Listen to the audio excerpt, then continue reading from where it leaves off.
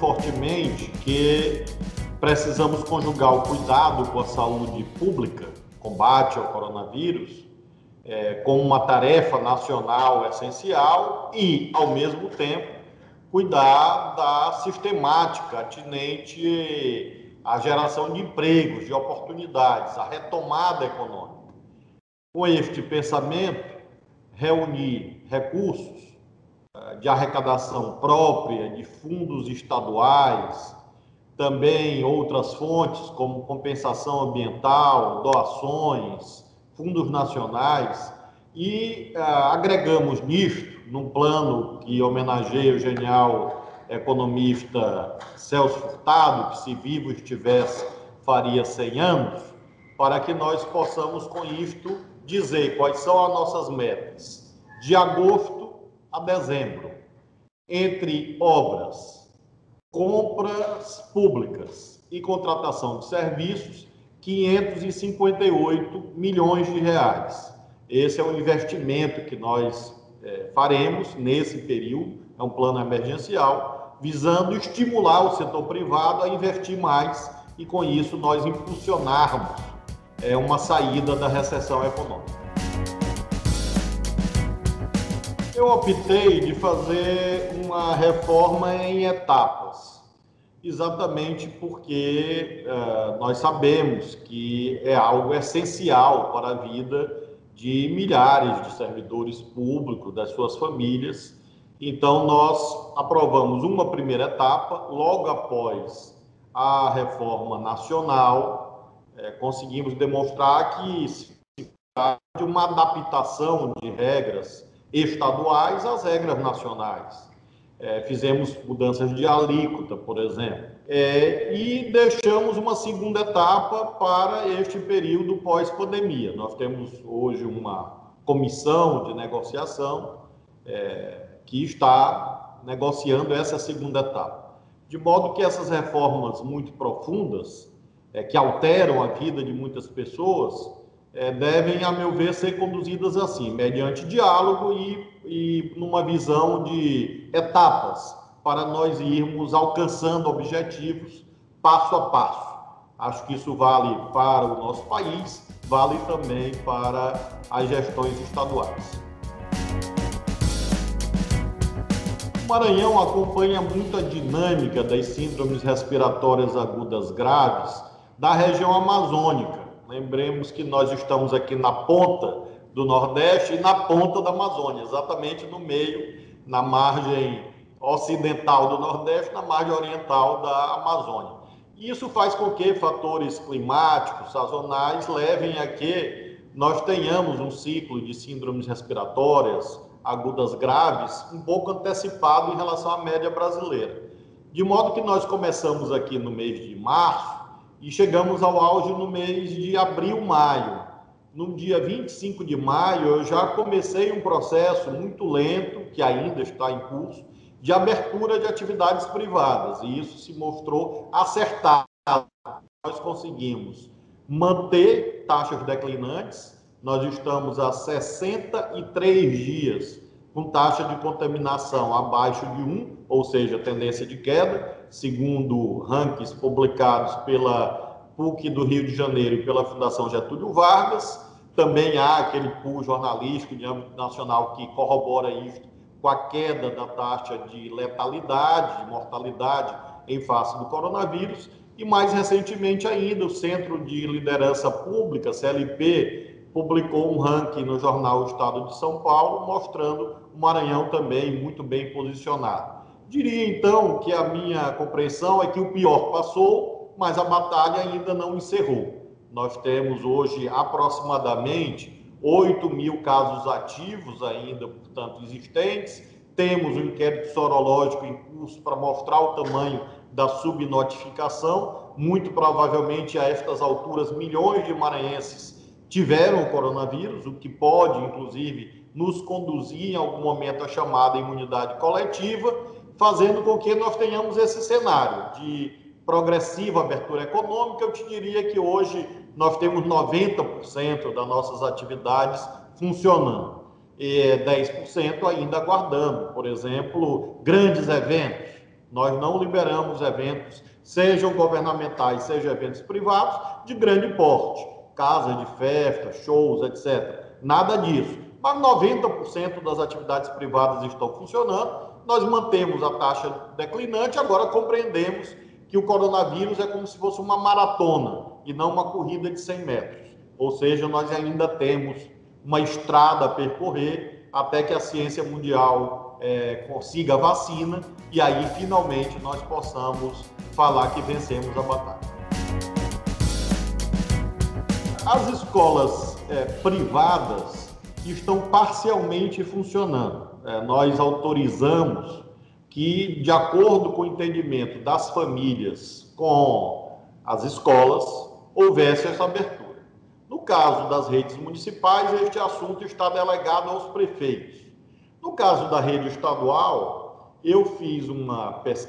fizemos uma pesquisa com as famílias, com os estudantes, e a maioria optou pelo ensino não presencial. Então, nós estamos respeitando isto, estamos com as aulas na internet, videoaulas, aulas também por rádios. Eu montei aqui uma rede de rádios que alcança todo o nosso território, temos mais de 500 aulas em vídeo, aulas na internet, estou distribuindo 90 mil chips com pacote de dados gratuito para os estudantes, em respeito a esta vontade. Vamos repetir a consulta agora, no finalzinho de agosto, comecinho de setembro, para ver a compreensão da sociedade, porque nós temos que respeitar a insegurança das famílias. Nós temos padrões sanitários hoje que, na nossa ótica, permitem sim que nós tenhamos aulas presenciais, evidentemente com cuidados sanitários, com revezamento de estudantes, com lotação parcial da sala de aula, ou seja, não todos os alunos ao mesmo tempo, enfim, todas essas regras sanitárias que constam de decreto. Agora, se as famílias e os estudantes ainda continuam se sentindo inseguros, nós estamos conversando e optando pelo ensino não presencial na rede estadual nesse momento. No início, havia uma uniformidade maior dos entendimentos e das medidas. Cada estado, mais ou menos, de um modo geral, montou o seu comitê científico. Por exemplo, aqui no Maranhão, eu tenho o comitê científico do Maranhão, do qual um dos seus membros nos representa no comitê científico do Nordeste. Ocorre que, com o passar dos meses, nós vimos indicadores bastante diferentes. Como mencionei, o Maranhão acompanha mais a dinâmica da Amazônia do que propriamente a dinâmica dos estados mais efetivamente ao Nordeste, que são muito próximos. O Maranhão acompanhou mais aqui o que aconteceu no Pará, no Amapá, no Amazonas, do que propriamente nos outros estados do Nordeste. Então, isso fez com que houvesse a dificuldade de uniformização, porque os momentos da pandemia, do ciclo epidemiológico, eram diferentes. Então, o que valia no estado já não valia no outro. Então, como eu mencionei, quando eu comecei a abrir comércio aqui no dia 25 de maio, houve gente que dissesse que era um absurdo. E eu mostrei que nós tínhamos base científica e planejamento, e eu sustentei, e fomos fazendo semana a semana, e continuamos avançando. É claro que não conseguimos zerar o coronavírus, muito ao contrário, nós temos muitos casos, como mencionei, milhares de pessoas ainda com coronavírus. Mas conseguimos, ao meu ver, aquilo que eu sempre busco, que é a ponderação. A virtude, no mais das vezes, está no caminho do meio, do bom senso.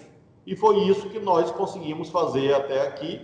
E aí cada estado, naturalmente, tem a sua autonomia, tem a sua própria característica, e todos nós, governadores do Nordeste, conversamos bastante, e evidentemente há um clima de muito respeito à autonomia de cada estado. Realmente um episódio que nós não gostaríamos que tivesse ocorrido, lamentamos profundamente. Lamentavelmente, infelizmente, isso derivou daqueles desacertos que houve entre superdemanda e baixa oferta de produtos.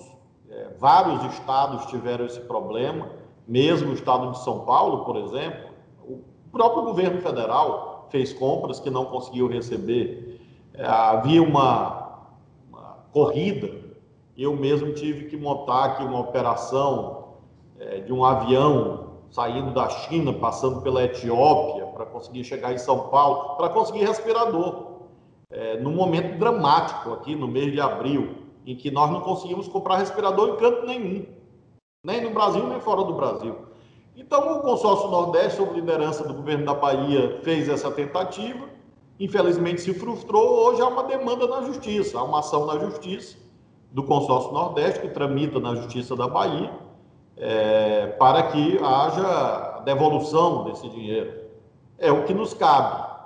Lamentar, deplorar que empresas privadas não cumpram os contratos.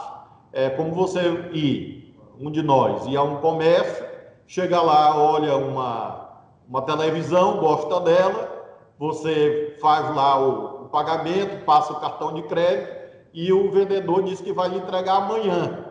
E aí você confia que no dia seguinte o caminhão vai lá na sua casa e vai entregar a TV. E chega o dia seguinte e você descobre que não entregaram a sua TV. E aí o que você faz? Você vai ao PROCON, você entra na Justiça, você vai lá e briga.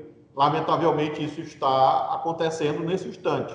É um fato realmente que merece essa ação da Justiça, do Poder Judiciário, e espero que isso seja resolvido o quanto antes. O Bolsonaro é um desastre em quase tudo que ele faz, né? É o governo mais desastrado da história do Brasil. Ele atrapalhou muito o Ministério da Saúde. Vocês conhecem a política brasileira, acompanham, sabem que o ex-ministro Mandetta não conseguiu trabalhar. Vocês mesmos devem ter ouvido isto em algum momento da parte dele, depois o outro veio e não conseguiu também, e está este interino, o general Pazuello, que lá está. Nós sempre buscamos diálogo e diria que o Ministério da Saúde conseguiu mandar alguma coisa mais recentemente para os estados. Naquele período que eu te falei, no mês de abril, não chegava nada. E aí depois começou a chegar, nós próprios recebemos alguns respiradores, testes, enfim. Então eu te diria que o Ministério da Saúde, depois que o general Pazuello entrou, embora ele seja interino, que é uma coisa absurda, ele acabou dando uma certa instabilidade que permitiu um certo diálogo com os estados. Se o Bolsonaro atrapalhasse menos, ou seja, não estimulasse as pessoas a descumprirem normas sanitárias, como ele faz o tempo inteiro, ele vai nos estados e ele não respeita as regras sanitárias, dá um mau exemplo, portanto, e isso fez com que a pandemia perdesse o controle. Então, nós temos que lembrar que o sistema é presidencialista, ou seja, você avalia um governo pela atitude do chefe do governo, né? Então, mesmo que um jogador, no caso o Ministério da Saúde, tenha ajudado, a meu ver, as omissões, as sabotagens do presidente da República fizeram com que não houvesse uma coordenação nacional. E isto fez muita falta, fez e faz. Mesmo nesse tema que vocês acabaram de indagar, retomada das aulas. Nunca houve uma discussão nacional sobre isso, só que o calendário tem que ser nacionalizado por causa do Enem, que é o mecanismo pelo qual os estudantes do ensino médio entram nas universidades. Então, hoje você está sem aula na maioria do ensino médio do país e tem o Enem marcado para janeiro. Então, não há prova maior dessa descoordenação. E isto aprofunda as desigualdades educacionais, porque os filhos dos mais pobres sofrem mais do que os filhos da classe média para cima, que tem acesso, por exemplo, à banda larga, de internet, apostilas, livros, aulas online. E os filhos do povo? Então, você vê que realmente eu sintetizaria aí, esta ausência de coordenação nacional é realmente um vexame, uma vergonha, em contraste com o que existe em outros países do mundo. O coronavírus, na Alemanha, é assunto da Angela Merkel. O coronavírus dos Estados Unidos é assunto do Trump. O coronavírus da Nova Zelândia, no Canadá, na China, é assunto do chefe de Estado. Enquanto que aqui virou assunto dos governadores. porque o que o Supremo disse, e já foi explicado várias vezes, é que se trata do artigo 23 da Constituição, ou seja, competência comum. Você vai no artigo 23, União, Estados e Municípios. O que o Supremo disse é que estados e municípios poderiam agir também, mas o Supremo jamais proibiu o governo federal de agir. Pelo contrário, está escrito, e outro dia eu vi uma entrevista do novo presidente do Supremo, que tomará posse em breve, o ministro Fux, e ele dizendo isso com muita precisão. O ministro Gilmar Mendes diz que foi ao Bolsonaro e disse para ele constituir um comitê nacional, com a presença, quem sabe, de 2, 3 governadores, 2, 3 prefeitos, e sob liderança dele. É dever do presidente da República. E ele não fez isso, porque ele achava que era gripezinha, achava que tomava um remédio A, B ou C e que ia resolver, e então fez muita falta. Agora, essa culpa não é do Supremo, não. E nem dos governadores. Os governadores tiveram que agir diante da lacuna, diante da emergência. Ou nós fazíamos, ou ia ser pior ainda. E aí nós tivemos que fazer. Por exemplo, desculpe me alongar, mas é importante. Natal tem aeroporto. Óbvio, e é o aeroporto de São Gonçalo do Amarante. Ora, o aeroporto é sob poder de polícia federal. Quantas barreiras foram feitas nos aeroportos brasileiros? Zero, nenhuma. A não ser aquelas que os estados fizeram. Aqui no Maranhão, eu tive que entrar na justiça porque o governo federal proibiu que eu fizesse barreira nos aeroportos. Eu tive que ir na Justiça Federal, obter uma liminar para montar a barreira sanitária dos aeroportos, que é sob controle federal. Então, essa é a prova de que não foi o Supremo, foi uma decisão errada do presidente da República. Nós não estamos ainda nessa fase de debate sobre comercialização, e sim uma espécie de troca de informações. O que nós temos procurado, os estados, o consórcio, enfim, espero que o governo federal, quanto a isso não tenho notícia, mas vários estados, sim, eu sei, manter esse diálogo com a China, com a Rússia, Estados Unidos, Inglaterra, Cuba, qualquer país do mundo que chegue a vacina, nós temos interesse de comprar. Agora, nesse instante, o que nós fazemos é troca de informações, é um protocolo de entendimento, é como se fosse um acordo preliminar, dizendo assim, temos interesse em comprar.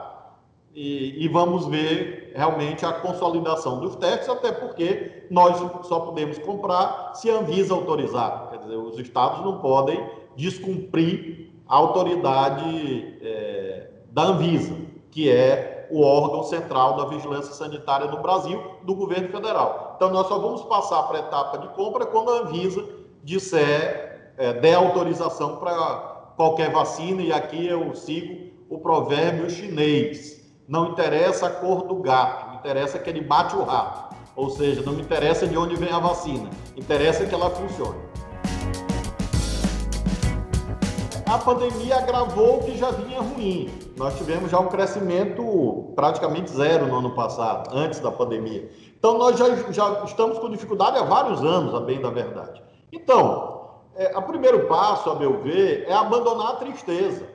Quer dizer, você olha a cara do Paulo Guedes, é uma cara triste, deprimida, é uma cara de angústia, de pessimismo, ninguém se inspira com aquilo, ninguém vai investir num país em que nem o ministro da Economia passa confiança. O presidente da República é um homem atormentado, acorda de manhã já de mau humor. Então, a primeira coisa é mudar a atitude, você tem que ter uma atitude de liderança, você tem que puxar o Brasil para frente, empurrar o investimento, e não ficar falando de corte, corte, corte o dia inteiro.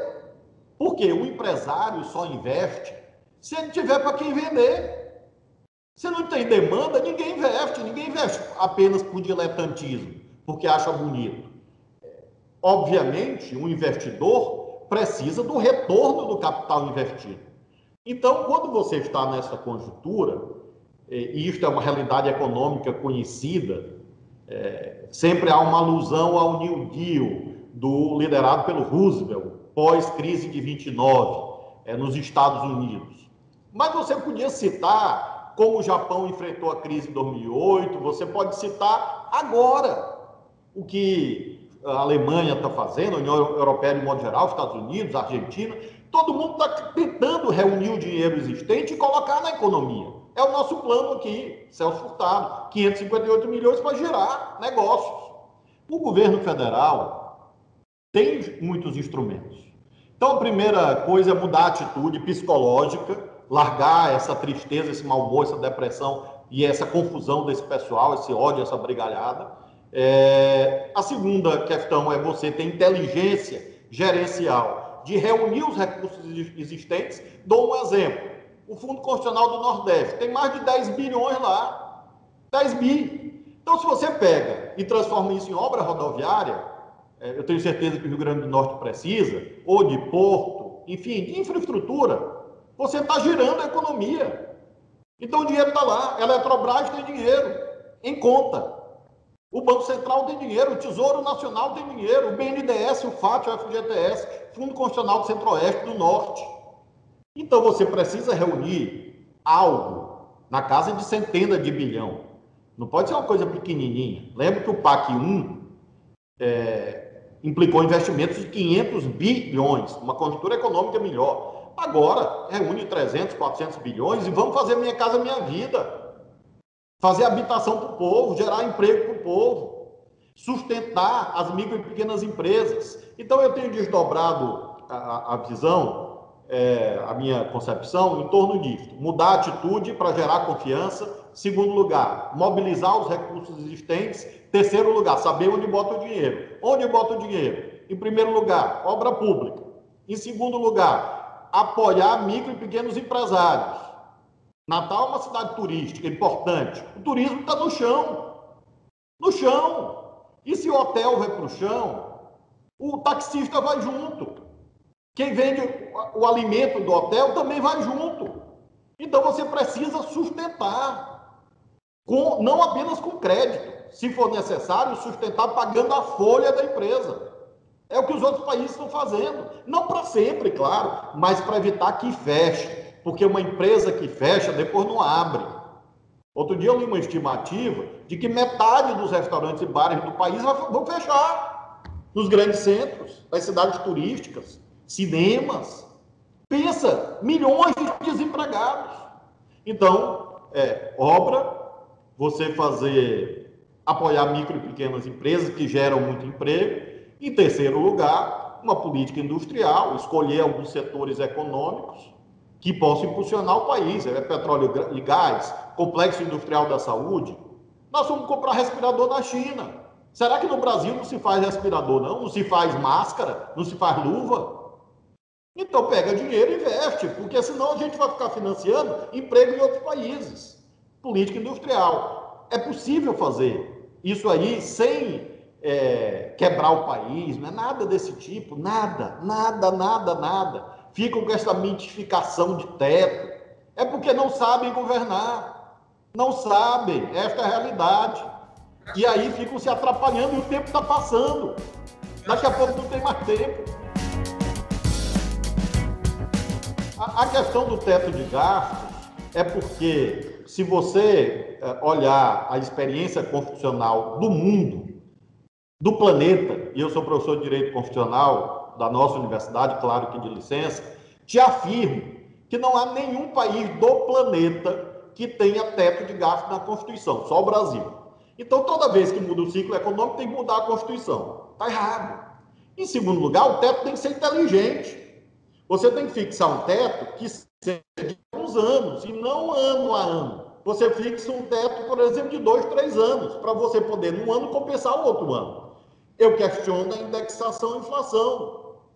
Ano que vem, o orçamento do DENIT é o menor da história, brasileira. Como é que vai recuperar a estrada, se não tem dinheiro algum? Então, você tem que fazer um misto de inflação e PIB, porque a relação é dívida-PIB.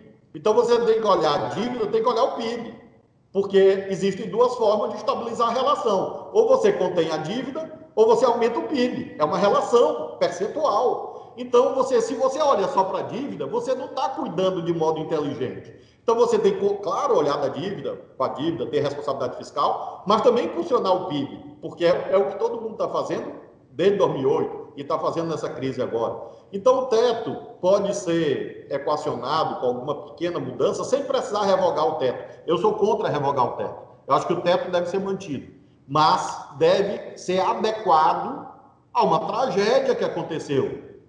Ora, nós temos a nossa vida, nós temos um planejamento, uma forma de viver. Acontece um imprevisto na nossa vida, você muda as regras de casa. Você não vai continuar vivendo do mesmo modo. Então, aconteceu uma tragédia chamada coronavírus. Então, você não pode achar que você vai continuar a sua vida do modo como antes. Circunstâncias excepcionais, remédios excepcionais. Agora, enfatizo isto: tempo. Tempo. Esse pessoal está perdendo tempo. Nós já estamos chegando em setembro. E nós vamos produzir um desemprego que é o maior da história desse país. Então, eu tenho feito essa pregação cívica, Pacto Nacional de Empregos. Propus ao Bolsonaro, até agora ele não acolheu. Espero que acolha. Chame os governadores, chame os empresários. O Paulo Guedes tem duas dificuldades. Uma, a meu ver, é esta que você aponta, uma ortodoxia que não cabe num país dinâmico e numa conjuntura adversa. Então, isso é um jogo de futebol, né? Vamos imaginar o ABC jogando contra o Sport de Pernambuco, num campeonato. Você tem uma tática de acordo com a situação do jogo. E se você fica com a mesma tática, o time perdendo, o técnico é demitido no dia seguinte. Então, o Bolsonaro com o Paulo Guedes, eles só sabem jogar de um jeito. Então, tanto faz se o time está ganhando de 1-0, perdendo de 4-0, eles querem jogar do mesmo jeito. Não tem condição. E a segunda razão é que o Paulo Guedes não conhece o Brasil. Não conhece. Eu tenho respeito por todo mundo. Eu não falo isso porque eu desrespeito pessoalmente. Eu sequer o conheço, assim, pessoalmente. Não é nada disso. É apenas uma constatação. Ele não conhece o Brasil, não conhece a máquina pública, não conhece os políticos. Ele não sabe analisar uma votação do Congresso. Agora teve essa votação no Senado, quase que ele bota tudo a perder, porque aí ele foi tratar o Senado como se os senadores fossem funcionários. Aliás, eu acho que nem se fossem funcionários dele, ele pode tratar daquele jeito. E aí ele trata como se fossem subordinados a ele. Então, é a prova de que não conhece o Brasil. Então, realmente, eu sou católico, apostólico, romano, tenho fé em Deus, acredito em milagre. Pode ser que esse pessoal seja alcançado por algum tipo de milagre, né? Eu sempre menciono que Saulo virou Paulo na estrada de Damasco. Pode ser que eles achem uma estrada de Damasco bíblica e consigam se converter, mas do jeito que está difícil. Nós temos que conviver com déficit como os outros países estão convivendo. A relação dívida-PIB cresceu no mundo todo, não é só no Brasil, é isso que tem que ser compreendido. A relação dívida-PIB, que estava a dívida bruta, né? Estava em 65% do PIB, que é alto, vai chegar agora a 90%, 95% do PIB, paciência. Agora, e nos Estados Unidos? E na média dos países da OCDE, menor do que isto? Não é menor do que isto. Ou seja, nós temos que administrar isso ao longo do tempo. É como você enfrenta uma tempestade, você não vai resolver tudo de uma vez só. Então, você tem que estabilizar. E para estabilizar, você precisa investir. É isso que eu quero insistir. Responsabilidade fiscal, nesse momento, é amiga do investimento. Porque você gerando investimento, você gera receita, impulsiona o PIB e salva o quadro social do país. Senão você vai destruir o Brasil. 2014, não? Hã? Não tem perigo de acontecer o que aconteceu com Dilma em 2014, 2013, 14, não? Ali, naquela circunstância, houve também fatores políticos. Por isso que eu insisti num pacto. Ou seja, é preciso que todo mundo esteja unido.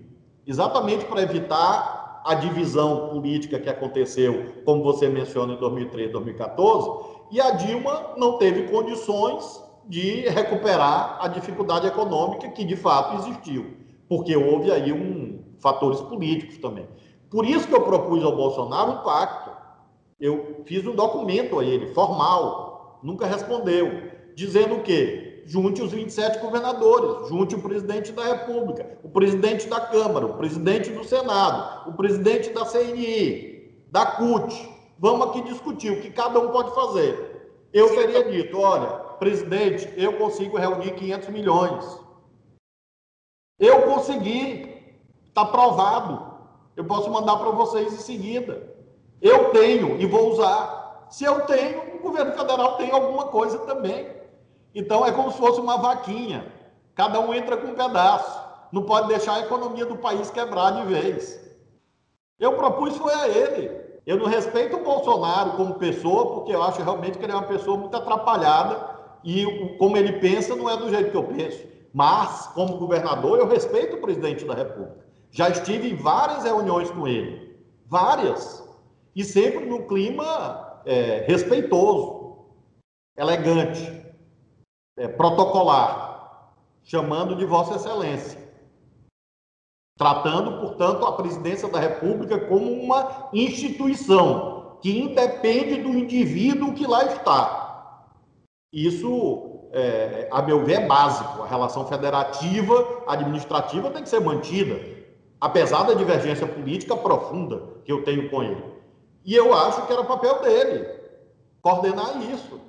E eu estou disposto a ajudar. Estou reiterando aqui para vocês. Se o Bolsonaro chamar uma reunião amanhã, 5 horas da manhã, lá no Palácio da Alvorada, para tomar café, com as emas lá no jardim, aquela ema que atacou ele, eu estaria lá 5 horas da manhã. Porque o povo do Brasil está acima das divergências que eu tenho.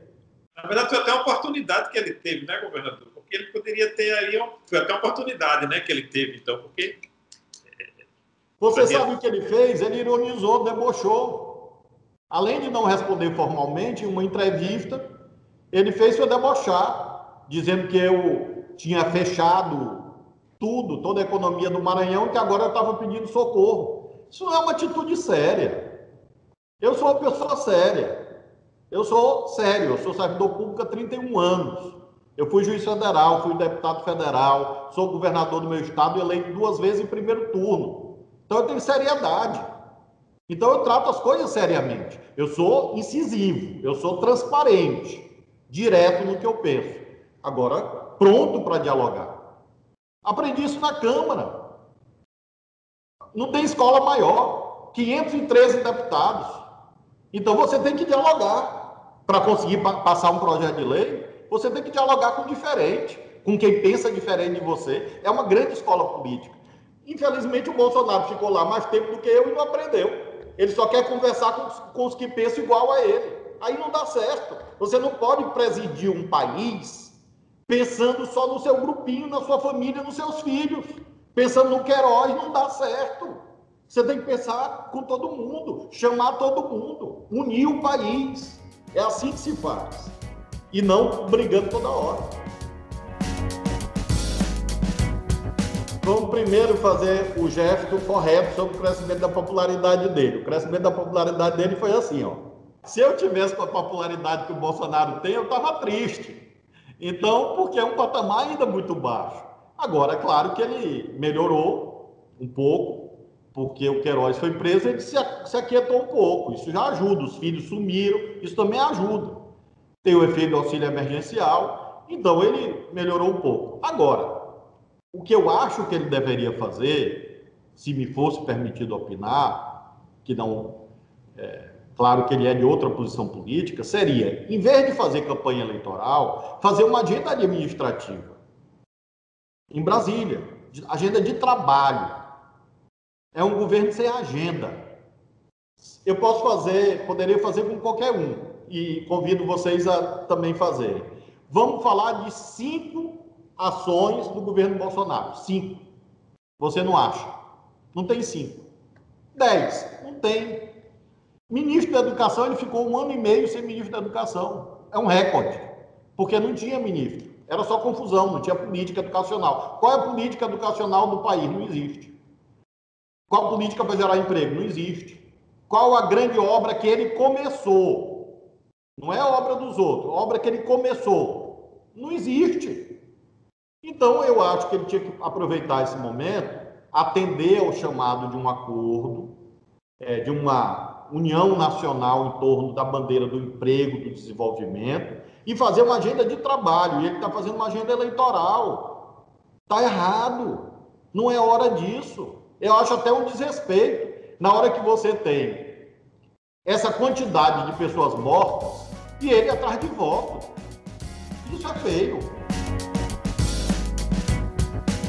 Eu acho que nós estamos num momento mais de preparação do que propriamente de decisões. Nós temos o coronavírus, nós temos as eleições municipais, teremos uma reorganização partidária no próximo ano, por conta do fim das coligações da cláusula de barreira. Inevitavelmente haverá fusões, incorporações, federações de partidos, nós vamos ter uma diminuição do quadro partidário, e aí que eu acho que o jogo começa. Eu acho que é aí que a gente vai poder ver. Eu sou um militante da causa da união da esquerda, união progressista, para dialogar com os outros campos políticos, inclusive, mais ao centro. Foi assim que a gente ganhou a eleição. O Lula ganhou a eleição com o Zé Alencar de vice. Então, você tem que juntar pensamentos diferentes para poder ganhar a eleição e governar o Brasil. É o que eu acho. E penso que nós vamos fazer isso ano que vem. O Lula até deu uma entrevista esses dias dizendo isso. Eu acho positivo que, independentemente do nome, haja esse anúncio do presidente Lula. Eu tenho conversado bastante com ele. Recentemente fiz um artigo no jornal O Globo chamado Caminhando com Mandela, que é um artigo em que eu trato disso, como o Mandela derrotou o apartheid, né? E eu faço o regime racista na África do Sul. É quase como uma simetria. O apartheid brasileiro seria o Bolsonaro. Então, o Mandela fez um movimento de ampla união. Então, esse artigo que eu publiquei há um mês e meio atrás, vai nessa direção. E essa entrevista do presidente Lula achei muito positiva, achei um sinal importante. Ou seja, o PT é um partido muito importante, é um grande partido brasileiro, mas sozinho não consegue fazer tudo, porque ninguém sozinho consegue, nem na nossa casa, na nossa vida pessoal. Você sempre conta com a ajuda de alguém. Então, quanto mais gente ajudando, melhor. Com o PT junto. Então, achei muito boa essa frase, e aí essa declaração do presidente Lula, vamos esperar o tempo certo, que é o tempo de Deus e o tempo da política, só em 2022, cada dia com sua agonia.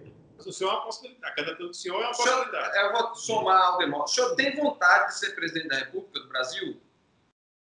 Se você perguntar ao jogador do ABC se ele quer jogar na seleção, ele vai dizer que quer. Então, mesmo que seja ali, se não der para ser titular, ele joga por acolá. Ou seja, eu era juiz federal, deixei de ser, voluntariamente, aos 38 anos de idade. Fui juiz dos 25 aos 38. Deixei de ser porque queria ajudar na política, ajudar o Maranhão.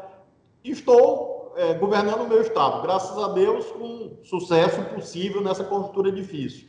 Então, existe a possibilidade? Existe. Existe o plano? Não. Existe o planejamento? Não. Existe a campanha? Também não. Existe um sonho? Também não. É uma possibilidade. Por que eu digo assim? Porque não depende de mim. Eu tenho noção de que eu não posso construir uma candidatura presidencial sozinho, pelo amor de Deus. Eu tenho pé no chão, senso de realidade, tenho humildade. Então, vamos esperar. Se houver uma conjuntura que leve a isso, tudo muito bem. Me disponho, assim, uma honra, uma alegria. Agora, também se não tiver, também ótimo. Aí eu vou voltar para o Congresso Nacional, tentar voltar, se o povo do Maranhão quiser, que eu dispute o Senado, a Câmara, volto com o maior prazer. Adoro o Congresso Nacional. Eu trabalhei já nos 3 poderes, né? No Judiciário, no Legislativo e no Executivo. E onde mais eu aprendi, e onde assim, eu fui muito feliz, claro que governar o meu estado é uma honra imensa, mas eu também gosto muito do Congresso, fiz ótimos amigos lá, bons amigos da vida inteira, que você passa 5 anos sem falar e depois volta a se encontrar. Então, eu estou pronto para qualquer coisa, dependendo aqui da campanha. Eu tenho muita tranquilidade em relação a isso. Assim, o meu objetivo, assim, se você me perguntasse há 10 anos atrás, Flávio, qual é seu grande objetivo político? Governar o Maranhão. Consegui 2 vezes, pronto, estou feliz. É um quadro político que mostrou muitas virtudes. Eu não o conheço pessoalmente, nós não fomos deputados na mesma época, mas ele mostrou muitas virtudes. E eu considero assim, que a esquerda tem que estar aberta a conversar com todo mundo, que queira nos ajudar, né? E que nós possamos caminhar juntos. Eu mencionei aqui Lula, Zé Alencar, né? Então, eu tenho muitos amigos. É curioso que eu tenho muitos amigos no centro, na política. O DEM, por exemplo, apoia o nosso governo, integra o nosso governo aqui. O secretário de Educação do Maranhão é do DEM. O ACM Neto, prefeito de Salvador, é meu amigo. O presidente da Câmara, Rodrigo Maia, é meu amigo desde a Câmara, desde os anos pretéritos. Então, acho que isso é positivo. E acho que o Mandetta, como militante do DEM, né, tem todas as condições de participar dessas conversas mais amplas. Se não em primeiro turno, pelo menos em segundo turno. Você não pode se fechar, entendeu? Porque se você se fecha, nós vimos isso em 2018, o Haddad perdeu para o Bolsonaro. Por que perdeu? Porque o Bolsonaro tinha mais apoio. Ou você faz frente ampla do seu lado, ou o adversário faz e ganha. E foi o que aconteceu em 2018. Nós provavelmente vamos caminhar na direção das chamadas federações partidárias. Ou seja, não é que o PCdoB vai deixar de existir. Nós já fizemos isso agora com o Partido Pátria Livre. Nós fizemos uma fusão com o Pátria Livre e acho que vão haver outras fusões. E você tem que encontrar um programa em comum. Nós temos um exemplo em Portugal. Em Portugal, o PCP, Partido Comunista Português, atua junto com o Partido Verde, com os verdes em Portugal, constituindo uma federação partidária chamada CDU. Portanto, é como se fosse um outro partido, mesmo que as agremiações mantenham as suas identidades. Mas você tem uma identidade eleitoral em comum. Acho que essa é uma tendência do sistema político. E acho que o PCdoB, portanto, deve fazer uma federação, um agrupamento, com partidos mais do nosso campo, na visão mais do combate às desigualdades, promoção de direitos. Então, o centro da nossa pregação cívica é isto: combater a desigualdade social, desigualdade regional, ampliar direitos. E, a partir daí, encontrar aliados para essa causa. Nem todo mundo do PCdoB é marxista. Isso era outro tempo. O seu tempo de jovem, né? Que já não é o mesmo. Então, o PCdoB é um partido, por exemplo, aqui no Maranhão, é um partido muito amplo, em todo lugar, né? Então, há assim, ainda uns preconceitos pretéritos, assim, não, todo mundo do PCdoB é ateu. Não, eu sou católico apostólico romano, tenho aqui no meu gabinete, a estas alturas, um altar imenso. Comecei governando o Maranhão só com uma Nossa Senhora Aparecida aqui no gabinete e um crucifixo que meu pai me deu. E agora já tem mais de 30 santos aqui no gabinete, porque eu fui aumentando, a crise foi chegando e eu fui incorporando. Então eu tenho aqui Santo Antônio, São Francisco, Nossa Senhora Desatadora dos Nós, que é muito forte. Tem o São João de Calábria, tem aqui São José, um santo operário, São Pedro. Eu tenho aqui, depois eu posso mandar uma foto para vocês. Então, a minha fé, a minha atuação, isso não influencia na ideologia, na política. Então, acho que o mundo mudou e você tem que, claro, preservar a sua identidade. Você não pode se diluir, você não pode ser qualquer coisa, você não pode virar líquido, que dependendo do recipiente se adapta. Não, nós temos identidade, lado. Qual é a nossa identidade? Mudança social, progresso social, liberdade para as pessoas, cuidar da educação, do combate à desigualdade, fidelidade aos mais pobres. Aí alguém vai dizer, não, mas todo mundo diz isso. A diferença é que a gente diz e faz. Nós fazemos aqui no Maranhão. Então, essa é a nossa identidade. E a partir daí, você não vai ficar exigindo, a estas alturas, que a pessoa adira a uma espécie de catálogo de dogmas. A minha igreja, a Igreja Católica, com a sua sabedoria milenar, tem um conjunto de dogmas bem pequeno, que está no credo, né? na oração do credo. Então, você tem ali no caso da visão cristã, você tem ali o nosso sistema de crenças que une a nossa fé. Então, a partir daí, evidentemente, o Papa Francisco tem falado disso com muita sabedoria, você conversa com todo mundo. mesmo aqueles que, no nosso caso da religião, não têm a mesma concepção. Então, isso vale para a vida de um modo geral. Você vai fazer uma festa na sua casa, você chama os seus amigos do trabalho, você chama os amigos da juventude, você chama os da maturidade, os amigos da sua esposa, dos seus filhos, junta lá e a festa fica boa. A vida é bonita por isso, por você valorizar a diversidade, você valorizar as diferenças, né? Então, eu acho que é isso que a gente precisa entender e deixar esse discurso de ódio de lado. O Brasil não pode ficar convivendo com esse ódio que está na internet, está estragando a vida das pessoas. Tem gente que vai e fica com depressão com isto e atrapalha o Brasil. E que é essa história do cancelamento. Eu não gosto de uma frase, não, eu não falo mais com essa pessoa. Pelo amor de Deus, não existe. Então, no PCdoB tem tudo, tem até marxismo. Como cristão e como ex-juiz, qual é a sua opinião com relação ao episódio que envolveu a menina que foi estuprada, que engravidou e que teve que abortar um aborto determinado pela justiça, um aborto legal? E a reação das pessoas a toda essa história? Como é que o senhor vê isso? Em primeiro lugar, penso que ninguém pode ser a favor do aborto, a não ser em casos que estejam demonstrados a sua necessidade inequívoca. Isso está na lei brasileira desde 1940. Então, você me pede a minha visão de ex-juiz, é esta: a lei tem que ser cumprida. Neste caso, era uma criança de 10 anos vítima de estupro grave. A lei autoriza a interrupção da gravidez neste caso? Sim. Então, a lei tem que ser cumprida. É esta a minha visão. Agora, se você me pergunta, eu sou a favor de mudar a lei? Não. Eu acho que a lei, do jeito que está boa. Porque, filosoficamente, eu sou contra o aborto. Filosoficamente, eu sou contra as drogas. Não significa dizer que eu acho que a mulher que fez o aborto tem que ser presa. Não. Ou o garoto que está eventualmente envolvido por droga tem que ir para a cadeia passar o resto da vida. Não, porque cadeia não resolve. São questões diferentes.